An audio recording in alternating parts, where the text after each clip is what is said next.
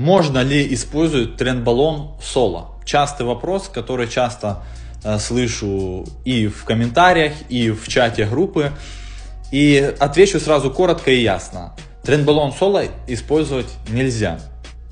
Тестостерон в чистом виде, по крайней мере в минимальной дозировке, должен всегда присутствовать для того, чтобы поддерживать нормальные функции вашего организма, за которые он и отвечает.